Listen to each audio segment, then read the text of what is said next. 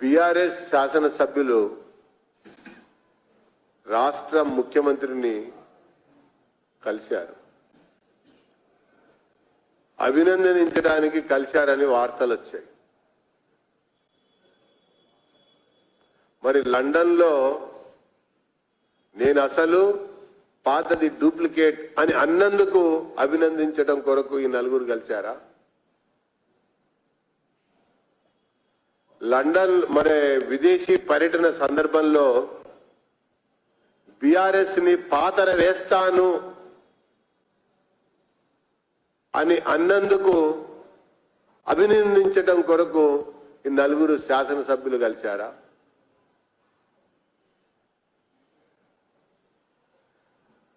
దేనికోసం కలిసినట్టు?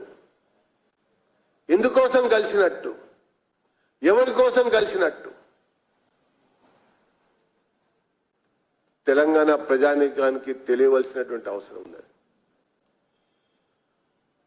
ఆరోగ్యం బాగలేనప్పుడు, కొన్ని ఇబ్బందులు ఎదురైనప్పుడు రాజకీయంగా పరామర్శలు ఉంటాయి. వ్యక్తిగతంగా పరామర్శించడం కూడా మనం చూసాం చాలా మందిని.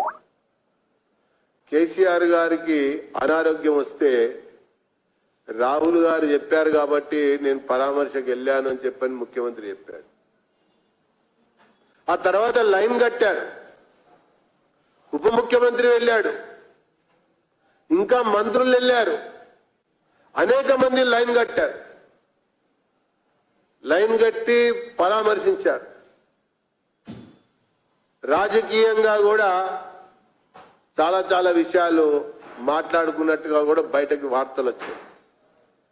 ఇది బీఆర్ఎస్ కాంగ్రెస్ ఉన్నటువంటి బంధం, సంబంధం, అనుబంధంకి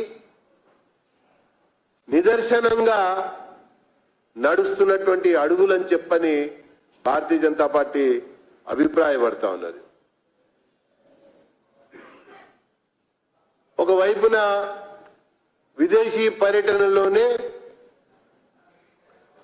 మూసీని పూర్తిగా సుందరీకరణ చేయడం కొరకు, ప్రక్షాళన చేయడం కొరకు ప్రణాళిక రూపొందిస్తున్నామని చెప్పారు. జాతీయ బ్యాంకుల రుణాలు పొందుదామని, ఆ తర్వాత దాని ద్వారా ఏదో పనులు చేపడదామని, పనులు అప్పగిద్దామని. గతంలో కేసీఆర్ గారు కూడా ఇదే చెప్పారు. విదేశీ పర్యటన నుంచి రాగానే ట్యాంక్ బండిని కొబ్బరి నీళ్లతో నింపుతామన్నాడు. అటువంటి టెక్నాలజీ వచ్చిందన్నాడు, అటువంటి పరిజ్ఞానం ఉందన్నాడు. 10 సంవత్సరాలు పూర్తయింది. ట్యాంక్ బండిలో కొబ్బరి నీళ్ళు ఈ రోజు వరకు కూడా ఎక్కడ నింపల. మళ్ళీ ఇప్పుడు రేవంత్ రెడ్డి గారు మూసీ నది 53 కిలోమీటర్ల మూసీ నదిని విదేశాల్లో పర్యటించి కలిసి మాట్లాడి, అప్పటి అధికార బృందమే, ఇప్పుడు కూడా ఈయనంత వెళ్ళిన అధికార బృందమే మూసీని సుందరీకరణ ప్రక్షాళన చేస్తామని చెప్పంటున్నారు. అసలు ఆ ప్రభుత్వాన్ని, ఈ ప్రభుత్వాన్ని నడుపుతున్నది కాంట్రాక్టర్లుగా పేర్కొంటా ఉన్నా. నేను నడిపిస్తున్నది కాంట్రాక్టర్లుగా నేను అభివర్ణిస్తా ఉన్నా. బ్యాంకు రుణాల ద్వారా ప్రాజెక్టులు చేపట్టాలని, ఆ ప్రకారంగా అందినంత దండుకోవాలని చెప్పని అప్పటి బీఆర్ఎస్ వివరించింది. ఇప్పుడు కాంగ్రెస్ కూడా అదే పందాలో పయనిస్తుందని చెప్పని నేను పేర్కొంటా ఉన్నా. ఏదేమైనప్పటికీ కూడా బీఆర్ఎస్, కాంగ్రెస్ చాలా విషయాల్లో బిఫోర్ ఎలక్షన్స్, ఆఫ్టర్ ఎలక్షన్స్ ఏ రకంగా కలిసి నడుస్తున్నారు, ఏ రకంగా కలిసి నడవబోతున్నారు, ఏ రకంగా కలిసి ఆలోచిస్తున్నారు, ఏ రకంగా కలిసి పనిచేయాలి, ముందుకెళ్తున్నారు అన్నటువంటి విషయాలకి అనేక ఉదాహరణలు మనకి కనబడుతున్నాయి అన్నటువంటి విషయం చాలా స్పష్టంగా అర్థమవుతున్నటువంటి ఒక వ్యవహారం అని చెప్పని పేర్కొంటూ, మొదటి మాసంలో రాష్ట్ర ఖజానా నుంచి నిధులు చెల్లించినటువంటి వివరాలు వెల్లడి చేయాలని చెప్పి మేము డిమాండ్ చేస్తా ఉన్నాం. గతంలో అనేక మంది కాంట్రాక్టర్ల యొక్క బకాయిలని, ఆగిన బిల్లుల్ని మొత్తం మొత్తంగా మొదటి మాసంలో చెల్లించిన ప్రభుత్వం కాంగ్రెస్ పార్టీ అని చెప్పని నేను పేర్కొంటున్నా. ప్రభుత్వం వెల్లడి చేస్తే సరే, లేకపోతే నేనే కరెక్ట్ వారం రోజుల లోపల ఎవరికి ఎంతెంత చెల్లించింది అనేది బహిరంగ పరుస్తానని కూడా నేను తెలియజేస్తా ఉన్నా. 6 గ్యారంటీలు అమలుకు మాత్రం మళ్ళీ కొత్త అప్పు ప్రారంభం చేశారు.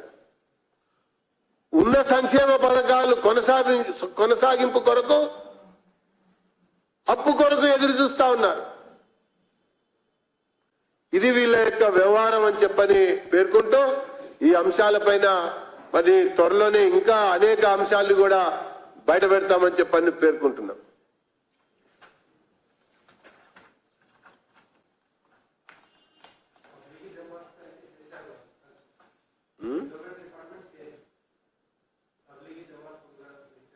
मैं वही बोल रहा हूं ना, माइनॉरिटी वेलफेयर शाखा जो करने का काम है वो पूरा कर रहा है माइनॉरिटीज के लिए, और एंडोमेंट शाखा भी संविधान के अंदर रहे सो मंत्रित्व शाखा है ना, करना है ना. डेफिनेटली ఈ అంశం మీద మేము గవర్నర్ని కలుస్తాం. రాజ్యాంగ విధులు నిర్వహించడంలో ఎండోమెంట్ శాఖ ఘోరంగా వైఫల్యం చెందింది, మంత్రి విఫలమయ్యారు అన్నటువంటి విషయాన్ని గవర్నర్ గారి దృష్టికి తీసుకుపోతామని చెప్పని నేను పేర్కొంటున్నాను.